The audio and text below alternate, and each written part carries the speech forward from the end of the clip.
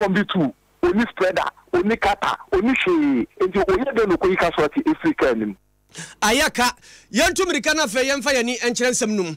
nwumre nsem o de bade di abu akotene bi ene se Adom kuma o mai ma hye badwa fie meka se wode wani akyere koto kese o mai mu koto bata atwa to kora adene a wonom se an empani machirem die ntia voters ID card yesi yemprim yemfa ntwero din na ekuo bi kyerɛ sɛ soafo hwɛ yapom de ho nsɛm so ene director Ghana Health Service wɔnom nyina nsɔre mfiri o makonwa so sanse ensɛm bi ekoso no wɔn mo nhyɛ da momodin akwada keto anfirinhia du sabe ka sei aboaten akoka no ama enam so mpani a kyerɛ sɛ wanya duru anka no akoye nsɛm bebre ye bɛbɔ awuram na entokwa kase na si fire service for ene esuhuma posi for entem ni nyina ne sɛ kwanhia esi wosuhum no ho ye bedi ho komo sanso na nsɛm kro no amu de obetia nse kokɔ akuafo no mani abere den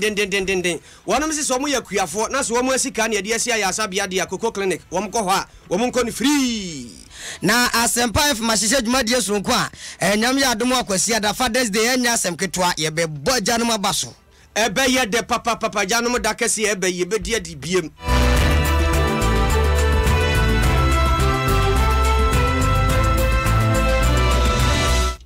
ensam bi ka sansam we hu na nwumre yesi adwa ye be kenka mamo apesmakafo a nwumre ye be kan Kasiebo yi amamu atie bie no ye me obri ye boa Phantom from mene nana ejeyi obirimpon CP afa yanye bre na kase no yemfa yani emonwre mu enemra hye badwafo kwa asetena na asetena ni mu ana wode tu dwase ne ma bi woni nye ho esanse mpani a etwiro din na afa yama ye krata ama Ghana ni bia wo Ghana ni no hu se wo Ghana ni wo ye manfra ni nso a no hu se wo manfra ni National Identification Authority mpani asem na mekan wo mo sesa dwumadi mpani die na sa ye pamu bi ba esanse din no wo mo so wo kyerɛ wo ba ba kyerɛ udin na se abato krata de koto abai unkuta bia wontimi ntwere udin ebi nso se opese okuta bie na de betwere odin nyina ebeji atomu no mrahye badwafo kyerɛ sɛ dabi titru dom kuma no wo mo so wonte ase wo se ma kwan na ni obi okuta bie bia no ode ba betwere din esanse ya ma krata sɛ otimi to abade a ebra kro no ano ye ka Ghana fo a oka ho ye pe krata ye agi atomu amu abaye Ghana ni asase ye de ka ho nti wonte won ho ase wopani a woda Adom kuma na woman ma hye badwafie onimonyamfo Haruna Idrisu kyerem sɛ ensam ampani ne wo mo ka no enye wonom de wo maka no fie ho a wonom antie wo mo sem frinhia mpine ne dunso wo ye mra ede ta kyerɛ sɛ edin a ye kɔkyerɛ no saa voters ID card no nka ho de nanso nanso wo matena se de hu sɛ da bi mfom so no mo ye no ntimpani hwɛ nse sana wo maka wo mu ntie Supreme Court ntie wo mo asem wo hwehwem sɛ de wo mo ka no enukura bi bo mu a mpani nyintum nukura bi ninsu ni mu a wo mo emontungu Democratic Congress, representative in Parliament, the NDC minority, we are a very responsible minority. We owe the people of Ghana a certain explanation as to a major national exercise that is taking place without our input. We will maintain a boycott of the exercise until some legal issues are resolved to the satisfaction of all Ghanaians. We don't have the numbers, but a matter of seeking legal clarification on the status of the voter ID card as reference. We will question that in the Supreme Court of Ghana on the basis of their earlier rulings and position on the matter. Legitimately, the idea of a national identity system remains a national imperative and a necessity. However, in Ghana, we all know that today, as I speak to you, only 2 million Ghanaians have passports.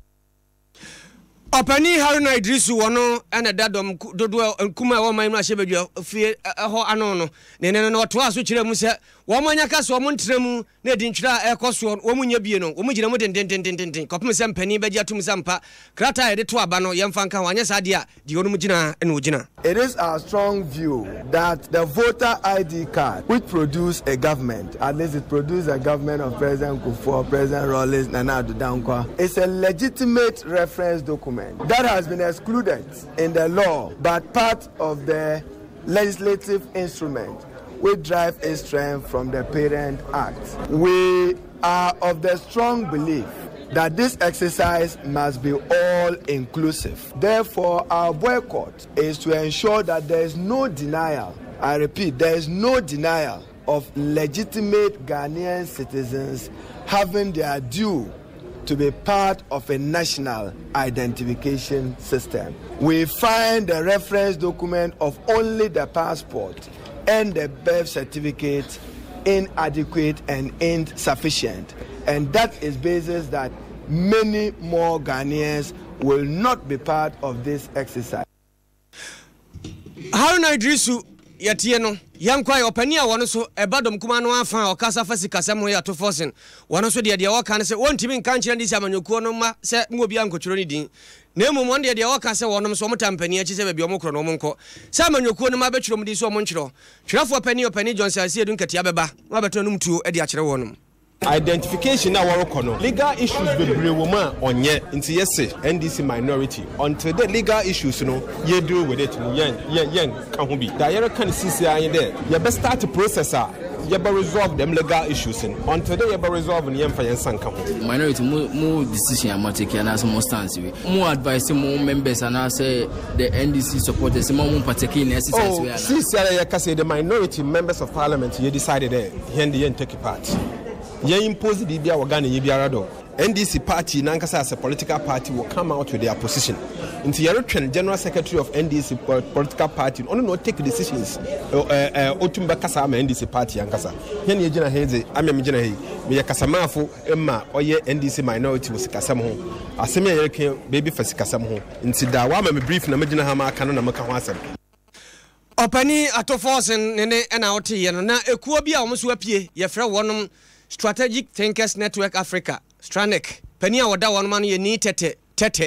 wose wo monso wo mde ho abo dom kuma wo man ma hye badwafie wo nyina wo no de wo mani e kire Supreme Court na afei court nso nka se nokre voters ID card ye gitum anya yie anase yemfa yenyuntum na afei obi akwa wo mfa nkoturo ne din wo monso ekopemu aye e wo Supreme Court ho na yanto Kasiebo no so na yanko yanimu a yeko apoye mantem broni friend say Eastern region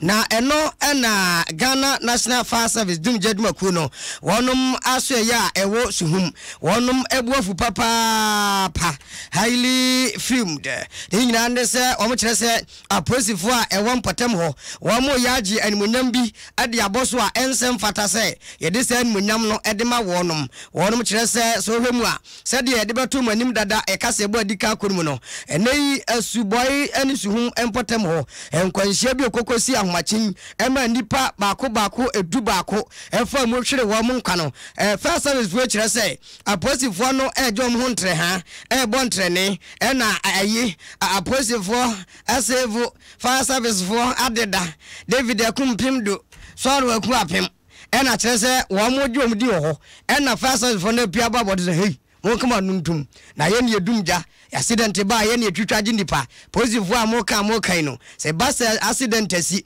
na ye probia ba betwitwaje wo mo ho adidam no a ye fire service wadwuma erutimema positive meje ade ne mboso te se de wo mo na ye sa de na fire service wo mpanfu no wo mbofu papa leading fire officer Boache ena wone Adom Kasiebo heading command wo chemche se wo mo adwuom papa nom de nom nimsenka wo mo na positive eti kro na nso se omo fancy ba na positive ba beje no wo kansi su dia se positive nim die bi ensan su nim aka die bi a accident si edi twaje nipa edunti mo nya Adom keka no casualty 33 ya yi omo e bi omo ko su government hospital any your Providence medical clinic no ina ya fa service one explicating fa casualties ni nyina and the omo vehicles are almost call if anything hospitals no. Whilst you were working, no, you were there controlling the crowd. Into no see yeah, you man see yeah. Now the entire in Pempi no, you ain't to me any munya and kafane say emergency bar. I am busy with the casualties into so but see one of say a jumajinamo to me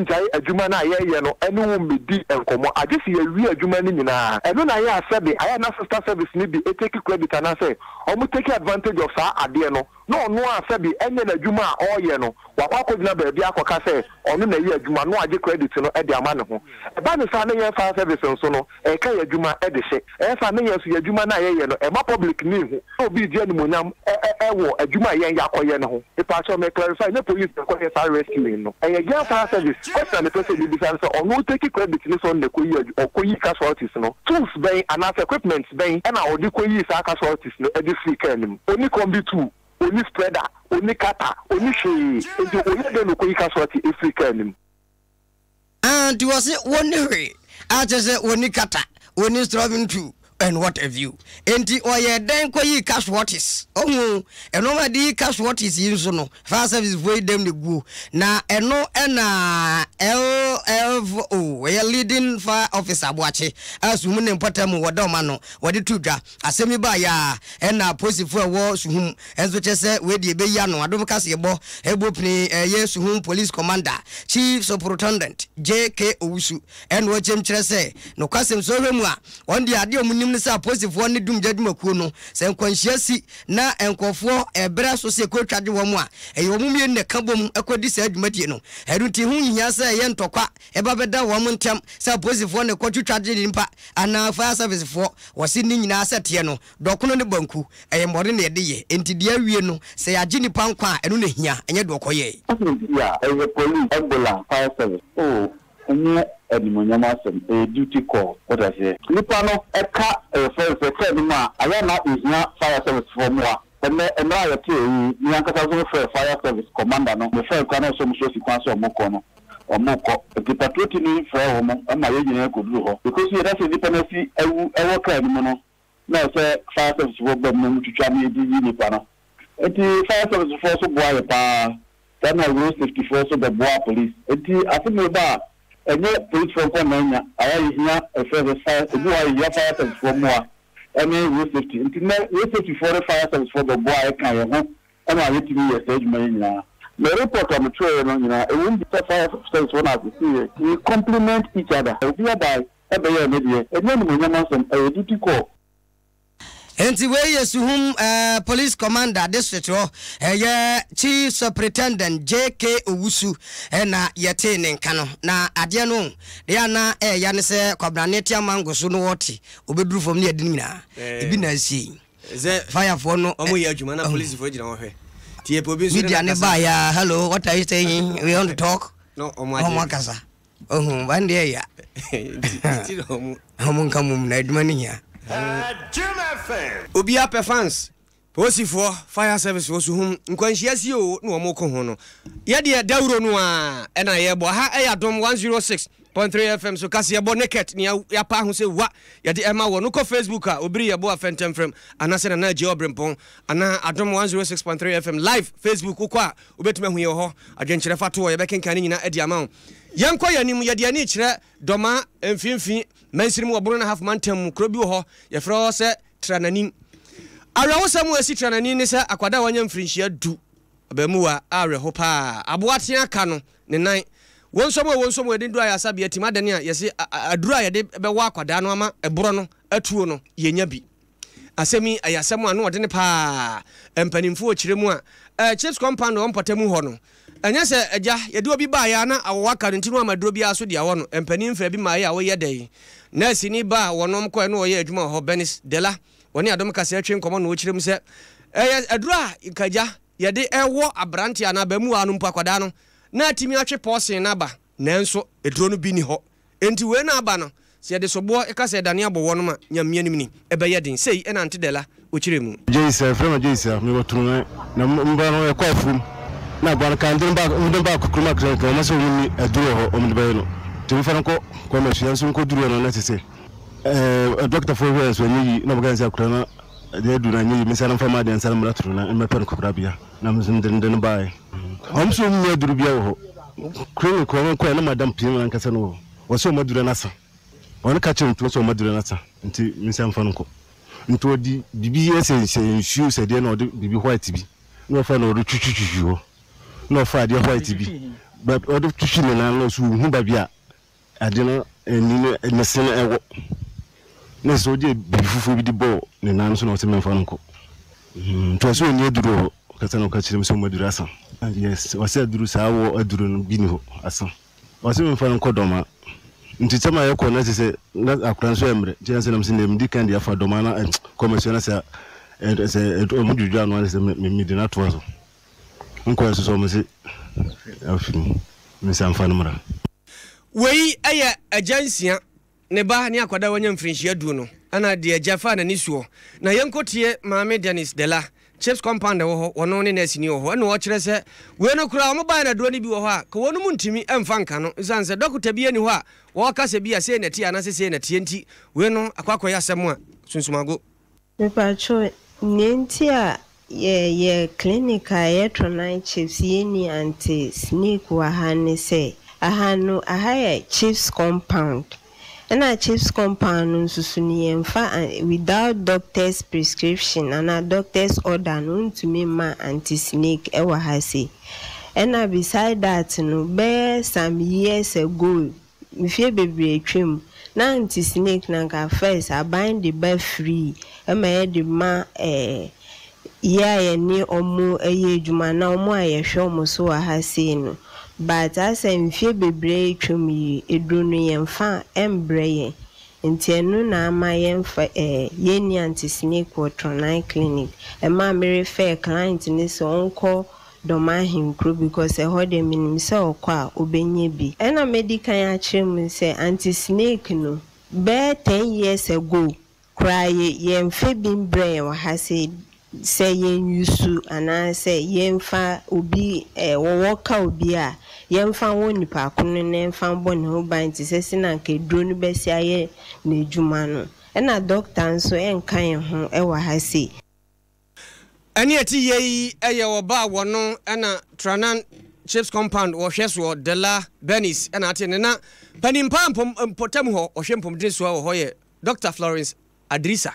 eno de atu jese chips compound ya no muni to me sa say ye de obi ba na duro bia no a kire se yemfa ngono dabi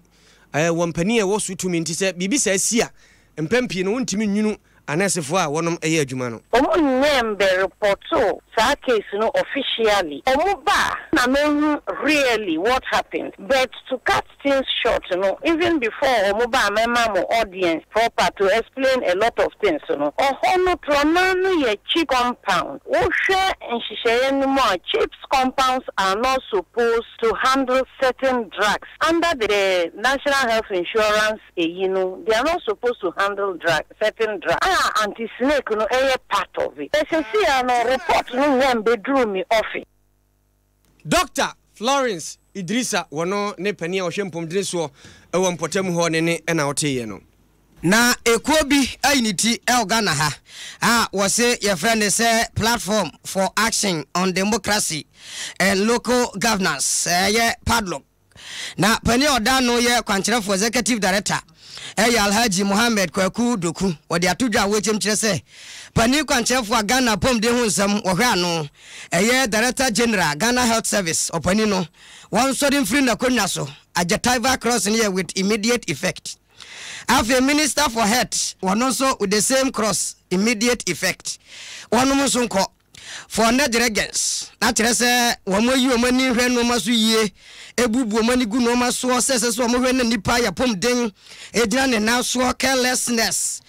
and haphazard lifestyle and what have you na ni nyina no mo chese enam so ema wo pani a opani opoku echampon infieduoson wo kwa ya sabia benso wo Ghana ha enkran ha se wo kope ba bi no age yaresa wo kwa ha empani ha woko ha empani ha papa no nam so hwere ne nkwa asemi ne ku edi tudwa mo kyemkyere se ebre no ananka etetena ho na amanyosem nti na yatam obi akosi ba bi so nkodi post wa bra wono ote wono komon akora wonim ewode yeso nkwa ne ho na nso ote ho kyere wasi atwam eti man mienu nyina wo mo vaketi wo mo firi obebi wo mote no na yenyu omadi na sese wo behwe a wo mo se ade bakọ ha wo mo kra ne se wo man mu no abanda da no ansa no befra konwa so no ayasabia makomako be numu anansia bi o hyase a ebi kura wawie de aka ne sanke de mpa bekọ akogum na anka Ghana fo a yehia yaresan yakoho. Number 1 University of Ghana Hospital. Number 2 Police Hospital. Number 3 Maritime Gapoha Hospital. and a Bank of Ghana Hospital. Afe Tesi Hospital and what have you. Nina wa and kebet with them Pakogum. And so negligence in Tiabana in any Ghana Health Services so young Hoshi into a best say. So may you money my Sabiana Guana Ubiawu and Pantino. Womo Infroma Kunaso. I watch them corner by John Dramani Mama. Most hospitals being seen one cry. Okay, Ebekum boom, a boat and pin me no a hen. I really see where so you be and then Paco Jumayarasa. So hospitals need now, and you can be okay and a bang Legon, and now a one of these hospitals. And can one track quite Nakobaso be. Mr. Hospital seeing the go, number beer. That's not a swim here, Nipano. I also man, yes, a best in when your bed is 1 year for one. Practitioners in the years, and you direct is Ben with the mouth, instructions is Ben with the mouth. So for this in Ben with the mouth, and Jacob Basse, Oma Dasa Subanadi, I mean, actually, or clan. Don't be a Mokoti committee. What the committee we are 40 at the other, Nipano will be emphasis more director general of Ghana Health Service, or any minister, any president in now. One share my hospitals in Yemi. Na asem yeche na Director Ghana Health Service Dr. Anthony Nsiasare ye nena din kombo no chemche se asem o moke kanombo ya sabia be nsia so na nsuni nyina mu no University of Ghana Hospital no ena wombetimi de omon ense so mbo aka se eno no womugu so kura sa abram de honsam e de akwakoto mra se bedwa nanim se omunhwe na fe no ma hodo mbe ne kwa hodo mbe faso a ombe hyase aye ho adwuma na asase na omaye na de aka no obobo ka hu ni nyina no pa de eno no eyanda Ghana eyi health enyanda Ghana Health Service enti no se so omu cross check o made se wom so omu ye hwehwemu na omu de December 2 dwade a omu fact emra bontin University of Ghana Hospital omo kasa maybe omo freba omo commission before the election onu say hospital timi bie no adano ya commission e dey adwuma adentina omo bi hospital na omo ama dipa anko ya adwuma already minister for health akoyi questions are no parliament wachire ekwan efaso a yedibie University of Ghana Hospital ekwan efaso a any committee omo dey siho a omo form Umberane Hospital, and the Queen Faso Hospital. The whole be the hospital to say University of Ghana Hospital. In fact, that could NDP. Two Munabo the person you know, Maritime Hospital, and your Ghana Health Service for health, the hospital, a EPH for NSC Hospital. Or one fine share Ghana Health Services and answer Minister of Say, Yemerane Hospital, Police Hospital, a police administration around Hospital. To our questions, be Uncle Busa.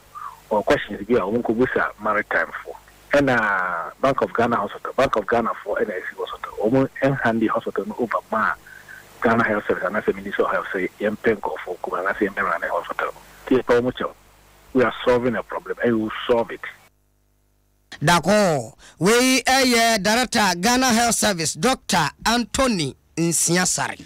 Aha, Adom 106.3 FM, so Santimantem, 104.5. Affiliate Edioso Mayuni Amanone, Obia GB Kasiebo, Naket, or the how one shashe, not just a badaja, and you may yopo ye cha ediamona, Yakoya Nimwa, a Muslimi for more Maymunina, one penny pa, National Chief Imam, Sheikh Dr. Osmanu Nuhu Sharbutu, or say Anche, any Fia Dankwa Umbedidi, and Usunti, Wakana Samontem, said the Bay Bedru Fiadano, now as a Binu Hobakasa, a power meniso, or they catch them Bruno and Manimia. Bosome ba ko nom de akere kom mo mfada koro nse no mo nya sakura wo mo wi a wo nwe ne yie se de be ya efi ne nkekawa ene dam de bia ni akom wo mo kene ye no ho ezanse akomche kronkron ene wo mo aye no musulmi som no nso ewom akomsheni kronkron Muhammad sallallahu alaihi wasallam wo ka kere wo no mo enti wande wo ka se we ye be wi nye se maburu ne bi ebetwa fidie tetafo ade nam kromu a bebura ye se bete ebe wi ase na afen kwanhia kura piem o se sa ade no mpese obeti biem ni nyina ne se nempani bo anan ko no ho MTN panimfo ko ya nom se panin kase eje empim num monye aninuane ahoho abeba afahye brei mu agya modi asom wonom na pani gina so de futuo na amase wo sra wonom a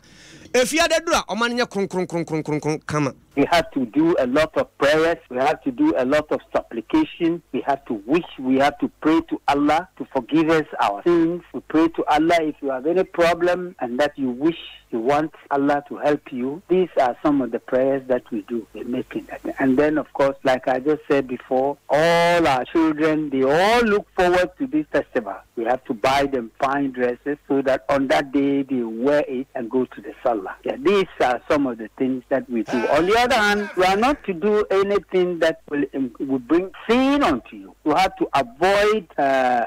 sin as much as possible. In other words, you have to be as holy can be. Monya kron monya mfanya nsawia monsha tadea edini monkoshe esombo na nsom yambia nkoyim hunho dabi esa moache akomkire no wopani afutufu a wonom wo chief imam akache Alhaji Muhammad Gado wono negina chief imam anam kasaye na wopani a wono so ene wonom credit manager ewo MTN owo ho senior oyepanimpa ho Saliu Udahu Abu wono so echire mu se ba ho mo aba nyina no eyade a wonom ani age ho pa wonom saka bibia chese wonom ade aba mpanimfo animu na de enti omutu anamo ni se ye wi akomkire no sa nipadom na de omani kire paninkase chief imam fie ekoka wo ma no kakra kobo wo ma no twede enti de ombetimi aye ni ese ni wo mo so nye na obi ba no babo na no twede a etimi akoni yi. Yaba Chief Imam Fie say Yabesrano. As usual, for the past 11 years, every year MTN for Yabwabwa Yahon Ebebwa National Chief Imam Ewisheno Berka de Salah ni amano donation because in him say National Chief Imam no ne hu Crawford Dawson Muslim bia esoya utimi benefie ebedidi utimi benefie ebesremwa enti yenso yemwa kakra yewo ene ede bre ne ye ba ye bre National Chief Imam sika 5,000 Ghana cedis ene bre ne emo bags be 5 ye bre no oils ye bre ne insuo ene ye bre no udwan baako ene airtime 500 Ghana cedis enti sanyo me ene de bre National Chief Imam say ono nso Muslim for Muslim say edru da omo celebrate omo sala no ebiba na ono nso etimi aboa won edia yati yi eye Salihu Udahu Abu MTN ukodru ho ampanimfo ahwe ne bosia yede ma bosia say ye credit yede ma bibia ye bia won ne gire mu ma wonom ne na ate na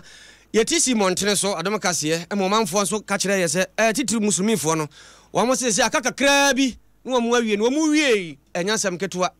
kom de bia de wonom o ma kire kom nanso eni gie mu ada o me say be break fast no by Almighty Allah wama ya fast no ya nya abutra ya fast no so ya danya mi ase say odi adru sesebre mu ochina e be break fast no o da ya malanfo ya o ka amuka kire say oni oba bedani nyama ewo Quran mo enye benso yetimi ko wazi na yakwakotie nyame asem enti nyame asem nso yafa kakra wom enti yadi be ejuma inshallah yadi be ejuma na ya twen yewon afre bonimo. Most of the learning comes during Ramadan period and I yetimi try them more. Most of Ramadan time is now every Muslim get time to go to mosques and listen to the preachers and understand more things. So of course so that's why we pray and this time I improve my life, so I've taken a different mission out of my life. Moving forward. And the fasting there is good for at least human being. So we are fasting at Megadu,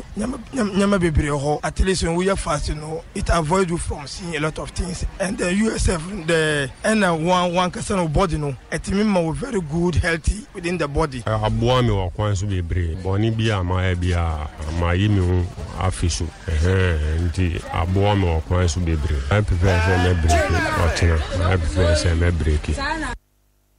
We ye nuanu muslimifo binom na wonom akasa no na yansanto Amerika yamfa ye nkyere mankron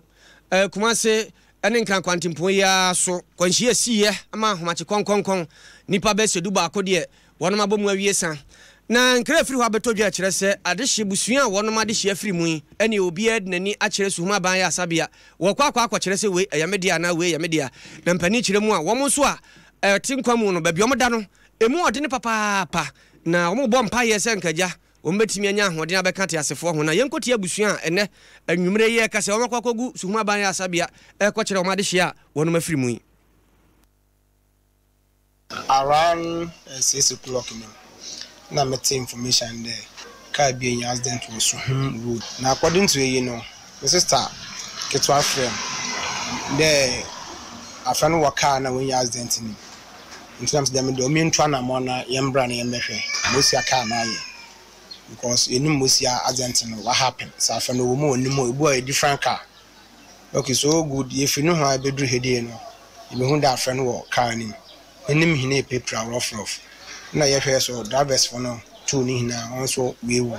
me ti ahomachi na me fi asori ameba no na police ni fa driver no phone no the friend me say me ne anti magina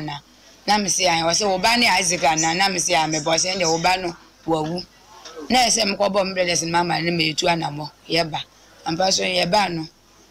me yi drivers me nu no die o mo ahwro mo kwa Isaac no ene Kofia Champion o mo ahwro mo kwa na me ba na ye friend da mozu ne die oda mpa so ma nurse for ne ye na duro oye mate kwa kanu o mo fi afrawo na mo kokuma se my sister ne magi na ne ba ne da mozu no na me ne nte fa ko ti me so da na pa na me ko mma me ba ko nchen wo bebi na o te no ni fi no o wa kakra nti me ko se me kwakọ ya de ho na akora no ne me sister ya adwuma ne frɛ me sɛ ka na me makwala no wo mu no okonya accident nti o muntumi hu sakora no se wo wo so hu yi o muntumi hu na me ba fi nti me ba fi na me sister so fi efie ho aba mma me ho na mo de ka be si wona yi na efo ya be du hospital ha tibo o fi elibu na won pa be tu kwan a o ka so kwa ba no ama da ye wo de ye ti asem no in fact high na akwan a asem no fa so e ba kwampo no wanwa wei eye wonom a ade hibusua ahwere wonom nkwa mankron suhum kwantempon so a meka sɛ yɛde amu no akogu suhum aban yɛ asabea wɔn kɔhwɛ ayi wɔn ade hye na wote sɛ nia wɔn te wɔn so mu ɛfa nkwanhyia yi ho wɔnom ebomu no na me ɛfa wɔnom ɛkransie na me hwae na me adom akwasi ada a edi anim yade atum sɛ yedi agyanum da Father's Day ewom sɛ opposition bebre ewum nanso yedan ya no a ensuo beto ama agyanom yate asimonten so na yagye ni eno nanam so ma multimedia adwumakwe mu yenuanom asempa 94.7 FM panimfo wo maka bom kyerɛ sɛ omudi dwumadie soronko na dwumadie omudi de aboa sɛ de bɛyɛ agyanom ebetime yase omu nkrane na wo mo nso etime hunu sɛ wo mo adwuma omudie wɔ asase so sɛ agya no ehunya papa programs manager e wɔ asempa FM nana Samuel Koradi Renchi ene Adom Kasiebo di nkomondo wo kyemkyere se senti omo ye no mo ye na agyanum bia wo mo asade esese omo ye no mudi so responsible fathers no yetimi ahwo manimunyam na da na di pefie nso a kyere se sade dodo na kan se all fathers are irresponsible, all fathers are banana eaters enye ndokre, some fathers are cheap eaters omudi chips enti me anya se papa fo nyina anye enti na kwade ro nchikyere se am ya adom akwasi de anya asenkotoa wo ye agyanko ade a wo defo ani kyere multimedia adwumam ha ani gie ebekoso Asempa Father's Day fan a program bia yede AC ho ahye agyanum enuonyam the teacher potom yebeka say responsible fathers anye agabia na se be o sansani ana wanhwe ne ba yegidi se sene kwan bi so ne yewo single mothers ne yewo single fathers ma bi no ana yenum bi jankola ne gom so yebese yede agyanum nyina ba together ye ekai nkrofo se ajapaye so tiase enti no yede danasi ho se epon asori a nensa mehiem ye nyi yani ye be network say obehio bia one ne be din komo bia be ma wasetena mu akokan eno achi no yenim say World Cup period ye nyina be World Cup match a ewo ho kwasi ada no afi ye be di ye ho komo ahye ye ho nkuran ama nia obia oye bia no e bia obehia bibi wom enti saa ne ne pese ye eno achi ndie eni jenti bebre wo high life band e be ba afi ye restaurants be ba ye be hese obe ebenya bibi a obe enti eyeda yede chef akese ahye agyanum anuonyam enti ne yede yesada we programs manager Asempa FM Ura Samuel Nana kwa da de Renchi ene yetene kane no ena yene asofo bi nso di nkomo Reverend Dr. Nana Kwesi Bat Plank ono John Wesley Methodist Cathedral honu butu enu wechem kyerɛ sɛ no kwasem Father's Day no yade ehunya papa ode toto Mother's Day no ho a eno ne ye pepepe erunti sɛ manfo ama Mother's Day no ayese bronya deputy bronya na Father's Day no akwa yese kubikro ebi no yem so sad no so kremu ye ni nyina ejina pepepe ne di Father's Day no nti sofo e kire se kwasi ada asori dem ba bia agyanom ne yapagya won. Father's Day to me no should be as important as Mother's Day. For one reason or the other, you realize Mother's Day are cherished more than Father's Day. But Father's Day should be celebrated. And see, we are planning, whatever be the case, fathers are fathers. We need to recognize fathers. We need to appreciate fathers. Fathers are the head of the family, and fathers play a very vital role in the upbringing of children. I'm talking about responsible fathers. They play a major role in the upbringing of their children. Actually, at this time now, we need to realize that fathers are also there. Just like we appreciate mothers, we need to appreciate fathers. Fatherhood is embedded in God, and so we need to see fathers as our representatives on earth. And the fathers play a major role. Fathers are our heroes, and fathers are our role models. Reverend Dr. Nana Kwesi Planga, John Wesley Methodist Cathedral. And we were and you're attending kind no and a Reverend Charles Kumsina, Assemblies of God, Ablikuma, district, where district pastor, where they are to do what you just as your boy Janumina Basuna Janum, a young perform Hiapa, we are seeing Munias, and Unti say Cassia, you more from young Kawan Hundani, young Shawon Cranny and the wonder, now your Yabum so Cassia, Trakunko Crans, MYing, and Untuandia or Catcher Bia say, Father's Day no, or Maniadi here. Januma omuyen kofua omu ehia ankasa enti asafono emu society nano enise yetutu afi ya sorry for instance afibia no yesu fasa akun and recognize mama no na yebon abaso ebeto brekra mpo no si disa Father's Day in particular me said that preach fa the same ejanu titru mita kasa for the rule of fathers. Reverend Charles Kumsin Nablekuma, District Assemblies of God, no, one year district pastor, and no Adom Kasiebo, and Reverend Pius Ajimadin Combo, one Good Shepherd Catholic Church, Ewatema, coming and attending council chess Father's Day, no, a dear say, one because we are celebrating Quesia Denti, Ubia and the parish, what you be a Ombedi Mojuma. I am celebrating Good Shepherd, a year from Catholic Church. So no, the best celebrating of the person, almost celebrating or Mother's Day. And I know now the different parishes, and some of them see are celebrating. And now if you Romo Father's Day no responsibilities. Eti we Reverend Pius Ajiman Good Shepherd Catholic Safono Ewatema Embubutu Nano ena panipa wono Jolu Methodist Safono wo yeso panida no Reverend Bosumtwe Ayensu wo kire se wa look wa hwe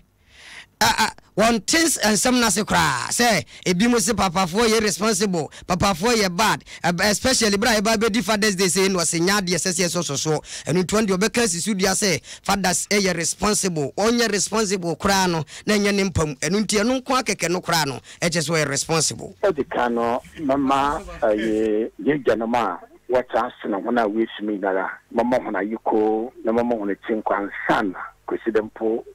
waba. It's just unfortunate that them statements, all over the world, the fathers are bad and the fathers are about. When you go to the scriptures now, you shall find him now. What one example? When I'm going to Timo, a Bible with power, Messiah find him. Messiah using the Bible. For this occasion, I was trying to talk and congratulate men, fathers, for what they are doing. They are doing a good job. We are bringing life to our children. Reverend Stephen Bosumtwe Ayensu Jawulu Mate de Safono on the Sopani. And Jaya Dimirika Tente Bakwa Santemantam Kropo Kumasi Mehona Inshira 104.5.